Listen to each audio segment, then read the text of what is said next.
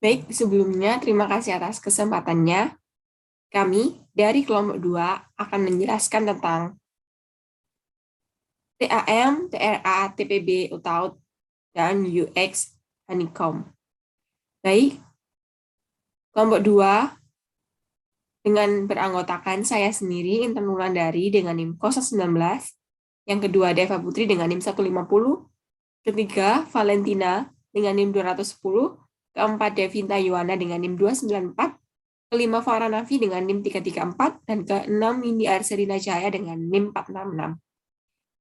Baik, langsung saja saya jelaskan mengenai TAM, yaitu Teknologi Acceptance Model, yaitu definisi salah satu model yang dibangun untuk menganalisis dan memahami faktor-faktor yang mempengaruhi diterimanya penggunaan teknologi komputer. Nah, modifikasi model TAM ini dilakukan oleh Van Klantes pada tahun 2002 dengan menambahkan variabel trust dengan judul Trust and Change Technology Accepted Model yang meneliti tentang hubungan antar variabel TAM dan trust. Modifikasi TAM lain yaitu Trust and Rights in Technology Acceptance Model yang menggunakan variabel kepercayaan dan resiko bersama variabel TAM. Nah, selanjutnya yaitu tujuan TAM. TAM bertujuan untuk menjelaskan dan memperkirakan penerimaan acceptance pengguna terhadap suatu sistem informasi.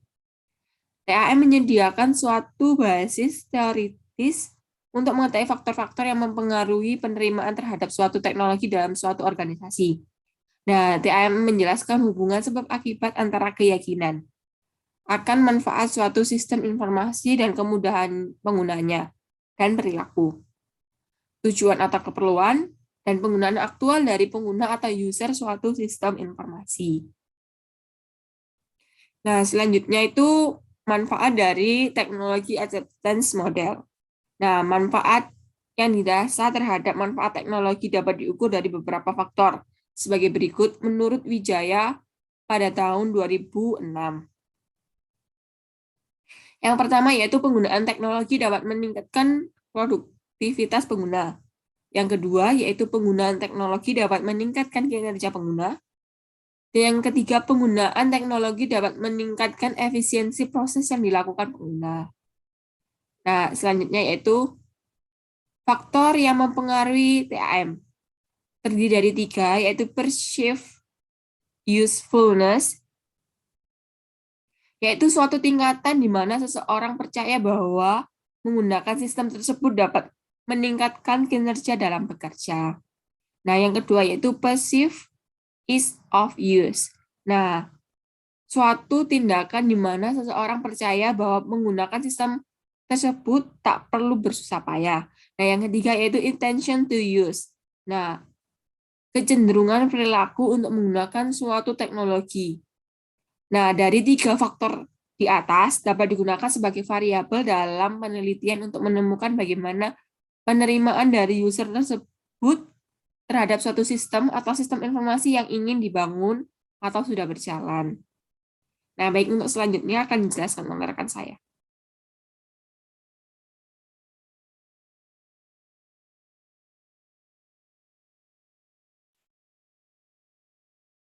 Baik, terima kasih atas kesempatannya. Nama saya Deva Putri dengan di belakang 150 akan melanjutkan presentasi dari rekan saya sebelumnya, yaitu yang selanjutnya adalah TRA atau Theory of Reasoned Action. Definisi dari TRA ini adalah TRA ini dicetuskan oleh Martin Fishman dan Icek Eisen tahun 1975 yang berasal dari penelitian terdahulu yang dikenal sebagai Theory of Attitude, di mana pada teori tersebut digunakan sebagai rujukan untuk studi tentang sikap dan perilaku. Menurut Hill, Householder, dan Green mengatakan bahwa TRA timbul karena kegagalan riset tradisional tentang sikap dan perilaku. Kebanyakan dari mereka menemukan kelemahan hubungan antara penilaian sikap dan perilaku volisional atau kemauan sendiri.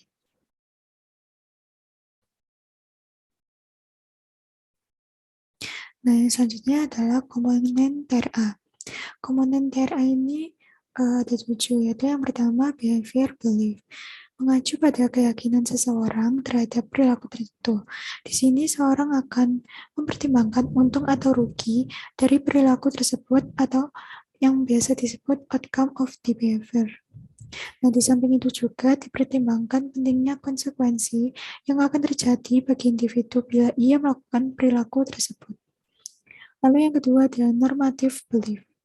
Nah, normative belief ini mencerminkan dampak keyakinan normatif. Di sini mencerminkan dampak dari norma-norma subjektif dan norma sosial yang mengacu pada keyakinan seseorang terhadap bagaimana dan apa yang dipikirkan oleh orang-orang yang dianggap penting oleh individu, dan motivasi seseorang untuk mengikuti perilaku tersebut, atau seberapa penting kita menerima saran atau anjuran dari orang lain. Lalu yang ketiga ada attitude towards the behavior. Nah, attitude ini atau sikap adalah fungsi dari kepercayaan tentang konsekuensi perilaku atau keyakinan normatif. Persepsi terhadap konsekuensi sesuatu perilaku dan penilaian terhadap perilaku tersebut. Sikap juga berarti perasaan umum yang menyatakan kebenaran dan ketidakberkenan seseorang terhadap suatu objek yang mendorong tanggapannya. Faktor sikap merupakan poin penentu perubahan perilaku yang ditujukan oleh perubahan sikap seseorang dalam menghadapi sesuatu. Lalu yang keempat ada importance norms. Nah, norma-norma penting atau norma-norma yang berlaku di masyarakat adalah pengaruh faktor sosial budaya yang berlaku di masyarakat di mana seseorang tinggal. Unsur-unsur sosial budaya ini yang dimaksud seperti gengsi, yang juga dapat membawa seseorang untuk mengikuti atau meninggalkan sebuah perilaku. Lalu yang kelima ada subjektif norm. Norma subjektif atau norma yang dianut seseorang atau keluarga. Dorongan anggota keluarga termasuk kawan terdekat juga mempengaruhi agar seseorang dapat menerima perilaku tertentu yang kemudian diikuti dengan saran, nasihat, dan motivasi dari keluarga atau kerabat. Kemampuan anggota keluarga atau kerabat terdekat mempengaruhi seseorang individu untuk berperilaku seperti yang mereka harapkan diperoleh dari pengalaman, pengetahuan, dan penilaian individu tersebut terhadap perilaku tertentu dan keyakinannya melihat keberhasilan orang lain berperilaku seperti yang disarankan. Lalu yang keenam ada behavioral intention.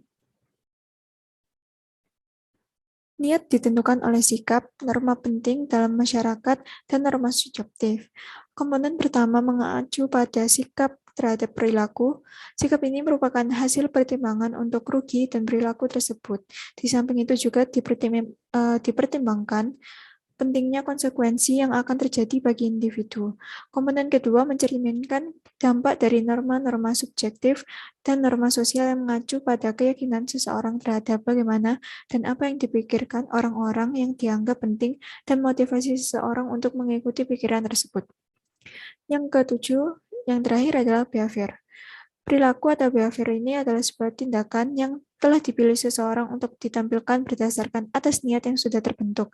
Perilaku merupakan transisi niat atau kehendak ke dalam action atau tindakan. Nah, selanjutnya adalah keuntungan dan kelemahan TRA. Nah, keuntungan dari TRA ini yaitu yaitu yang pertama memberikan pegangan untuk menganalisis komponen perilaku yang operasional. Lalu yang kedua, fokus sasaran dengan prediksi dan pengertian perilaku yang dapat diamati secara langsung harus diidentifikasi secara jelas. Lalu yang ketiga, tuntutan melakukan pertimbangan mengenai perbedaan tindakan, sasaran, konteks, dan perbedaan waktu serta komponen model. Lalu yang terakhir, konsep pentingnya adalah fokus perbedaan. Lalu kelemahan dari TRA ini yang pertama tidak mempertimbangkan pengalaman sebelumnya dengan perilaku dan mengabaikan akibat dari variabel eksternal. Lalu yang kedua kurang cocok jika digunakan untuk memprediksi perilaku yang spontan. Lalu yang ketiga TRA ini hanya untuk perubahan perilaku, sedangkan untuk mempertahankan perilaku dibutuhkan metode lain yang sesuai. Lalu yang terakhir, TRA ini terdapat hambatan yang mempengaruhi intensi dan perilaku.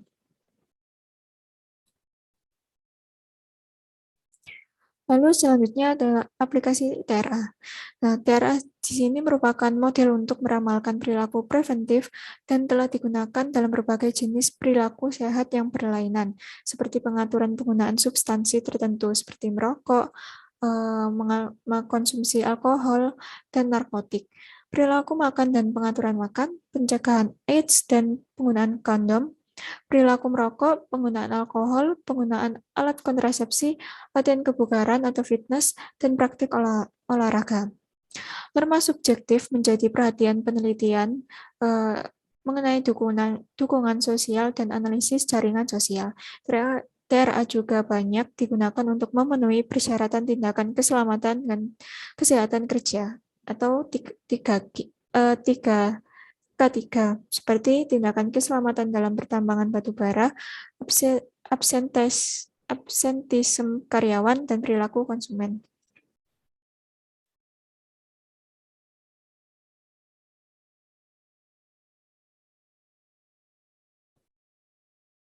Nah, contoh dari TRA ini yaitu analisa beberapa faktor yang berhubungan dengan niat mahasiswa penggunaan nabza suntik untuk berkunjung ke klinik VCT. Seorang pengguna nabza suntik percaya bahwa berkunjung ke klinik VCT memberikan manfaat bagi orang yang berisiko HIV atau AIDS, seperti mendapat informasi tentang penggunaan nafsa suntik yang aman, tetapi juga akan dijauhi teman-teman sesama pengguna nafsa suntik kerugian. Penggunaan nafsa suntik akan mempertimbangkan mana yang paling penting di antara keduanya. Kemudian ia juga akan mempertimbangkan konsekuensi setelah menggunakan VCT, seperti setelah melakukan VCT dan dinyatakan HIV. Setelah dinyatakan itu, ia tidak diperbolehkan untuk bekerja meskipun mampu untuk bekerja. Nilai dan norma di lingkungan masyarakat tidak mendiskriminasi penggunaan nafza suntik setelah berkunjung ke klinik VCT. Orang yang dianggap penting setuju untuk berkunjung ke klinik VCT dan penggunaan nafza suntik termotivasi untuk patuh mengikuti petunjuk tersebut. Maka terdapat kecenderungan positif berniat untuk berkunjung ke klinik VCT tersebut. Nah, deskripsi di atas dapat dilihat pada bagian berikut ini: belief, attitude, intention, dan behavior. Baik, sekian presentasi dari saya. Selanjutnya akan dilanjutkan oleh rekan saya. Baik, terima kasih atas kesempatannya. Saya Valentina Samosir dengan NIM 210 akan melanjutkan presentasi mengenai Theory of Play and Behavior. Pengertiannya sendiri adalah teori yang menekankan pada rasionalitas dari tingkah laku manusia, juga pada keyakinan bahwa target tingkah laku ini berada di bawah kontrol kesadaran individu. Nah, perilaku ini tidak hanya bergantung pada intensi seseorang, melainkan juga pada faktor lain yang tidak berada di bawah kontrol individu tadi. Misalnya itu ketersediaan sumber dan kesempatan untuk menampilkan tingkah laku tersebut. Ada 3 komponen. Yang pertama itu ada behavioral belief yang mempengaruhi attitude toward behavior. Yang kedua adalah normative belief yang mempengaruhi subjective norms. Yang ketiga adalah control belief yang mempengaruhi perceived behavior control. Nah, ada kelebihan serta kelemahan dari TPB sendiri atau teori planned behavior tadinya. Yang pertama ada kelebihannya, yang mana teori ini memberi pegangan untuk menganalisa komponen perilaku dalam item yang operasional. Hal ini dapat memudahkan berbagai tipe pencegahan yang dapat dipertimbangkan. Dan sasaran teori ini adalah prediksi perilaku yang dapat diamati secara langsung dan di bawah kendali seseorang. Teori ini juga relatif mudah diaplikasikan pada penggunaan substansi tertentu seperti rokok, narkoba, alkohol, perilaku makan, penggunaan kondom, dan juga yang lainnya. Selanjutnya ada kelemahannya. Nah, teori ini masih relatif baru dan kurang banyak digunakan, serta kurang banyak dikenal oleh orang-orang banyak. Selain itu, pemanfaatan teori ini juga membutuhkan bantuan atau kontrol dari orang lain. Nah, orang lain ini sangat berpengaruh terhadap komponen teori tersebut. Contohnya itu adalah perilaku mencontek yang masih saja ada dari kalangan SD sampai tingkat perguruan tinggi dan masih marak dilakukan oleh para pelajar Indonesia. Selanjutnya adalah model dari teori planned behavior sendiri. Bisa dilihat, teori behavior ini sebelumnya dia berasal dari subjektif norm tersebut, yaitu subjektif itu adalah orangnya sendiri, yang mana mempengaruhi attitude, juga perceived behavioral control. Kemudian dia berintensi, lalu berubah menjadi behavior, yaitu manfaat untuk masyarakatnya atau orang yang memerlukan teori tersebut. Sekian presentasi dari saya. Terima kasih. Baik, terima kasih atas kesempatannya. Sebelumnya perkenalkan, nama saya Devianta Yohana dengan NIM 294. Di sini saya akan melanjutkan presentasi dari rekan saya. Yang selanjutnya yaitu UTAUT. UTAUT sendiri ini adalah model teori yang terbentuk dari kombinasi model-model teori sebelumnya seperti TRA, TAM, TPB, motivational model, model pemanfaatan personal komputer, teori difusi inovasi, dan SCT. Determinan faktor penentu terhadap tujuan dan penggunaan teknologi informasi yaitu ekspektasi kinerja, ekspektasi usaha, pengaruh sosial, dan kondisi pendukung, serta 4 variabel sebagai moderator faktor penunjangnya antara determinan faktor penentu dengan tujuan dan penggunaan teknologi informasi yaitu sejenis kelamin, usia, pengalaman, dan kesukarelaan. Yang selanjutnya yaitu penerapan model UTAUT untuk memahami penerimaan dan penggunaan Learning Management System. Terdapat 3 asumsi pokok F-Room dalam teori harapan. Asumsi-asumsi tersebut adalah sebagai berikut. Yang pertama, setiap individu percaya bahwa bila ia berperilaku dengan cara tertentu, ia akan memperoleh hal tertentu. Ini disebut sebagai harapan hasil atau outcome ekspektasi. Sebagai penilaian subjektif seseorang atas kemungkinan bahwa sesuatu hasil tertentu akan muncul dari tindakan orang tersebut. Yang kedua, setiap hasil mempunyai nilai atau daya tarik bagi orang tertentu. Ini disebut valiansi, sebagai nilai yang orang berikan kepada suatu hasil yang diharapkan. Yang ketiga, setiap hasil berkaitan dengan suatu persepsi mengenai seberapa sulit mencapai hasil tersebut. Ini disebut dengan harapan usaha atau effort ekspektasi, sebagai kemungkinan bahwa usaha seseorang akan menghasilkan pencapaian suatu tujuan tertentu. Teori ini menyatakan bahwa kekuatan yang memotivasi seseorang untuk bekerja giat dalam mengerjakan pekerjaannya tergantung dari hubungan timbal balik antara apa yang diinginkan dan dibutuhkan dari hasil pekerjaan itu. Sekian penjelasan dari saya, selanjutnya akan dijelaskan oleh rekan saya.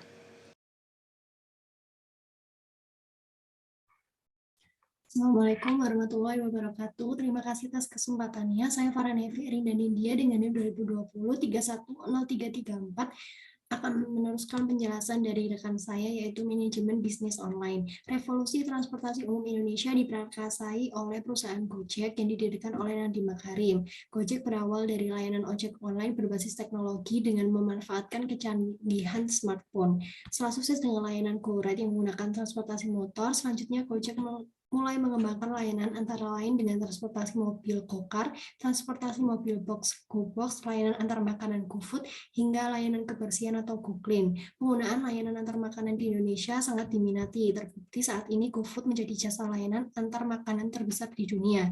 Dengan berhasilnya Gojek masuk ke pasar Indonesia, membuat munculnya pesaing yaitu seperti Grab atau Uber.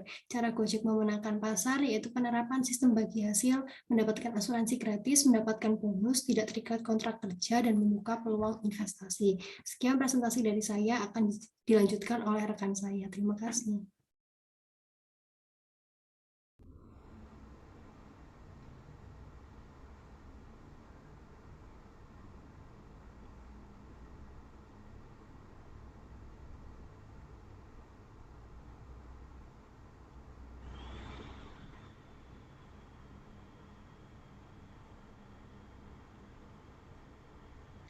Baik, terima kasih atas kesempatannya. Nama saya Windir Selina Jaya dengan NIM 466. Di sini saya akan menjelaskan tentang UX Honeycomb. Yang pertama, definisi dari utility, yaitu menjelaskan tentang berapakah value subjektif dari konten dan fungsi untuk target yang ditentukan. Lalu definisi yang accessibility ini yaitu tentang seberapa baik aksesibilitas dan kompatibilitasnya, apa yang user rasakan tentang performance dan loading times-nya, dan apakah produknya cocok dengan terminalnya. Lalu yang ketiga ada usability, yaitu tentang seberapa efektif memuaskan ketika user dapat mencapai tujuannya.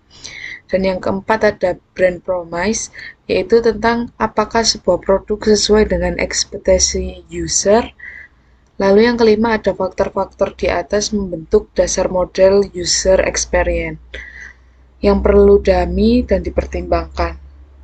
Selanjutnya, US testing, yaitu dengan melakukan survei user melalui kuesioner online. Jika mengajukan pertanyaan yang tepat dengan cara yang benar, dilakukan dengan efisien dan permanen, bisa mendapatkan peringatan dini untuk model user experience. Saat melakukan dan merencanakan evaluasi UX tersebut, ada beberapa hal yang harus dipertimbangkan, seperti selection dan timing, profit dan waktu durasi survei. Selanjutnya, eye tracking. Nah, di sini adalah kebiasaan mata user dapat mencerminkan user experience dan dummy. Manajemen usability dan user interface.